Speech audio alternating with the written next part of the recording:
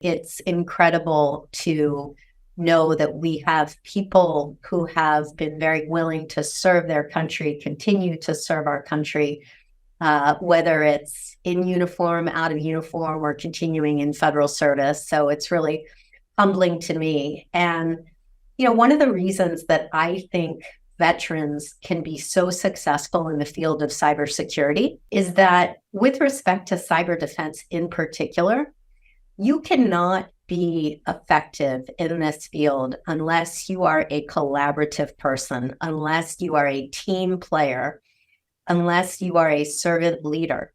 And those are the skills that are going to make veterans particularly successful in the field of cyber as you look to transition out of the military and look to take a job, whether it's in a place like CISA or whether it's in a place in the private sector. Got excited with everything and the relation from military to cybersecurity, the defense, the purpose. Our natural inclination to protect, right?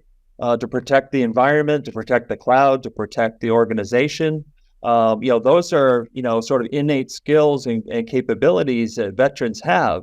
And that need to collaborate, also as Director Eastley talked about, is so critically important. It's about your ability to be part of a team effectively and your ability to take on tough problems and to be able to solve them. And I don't know any population of folks better than veterans who fit the bill on those two things.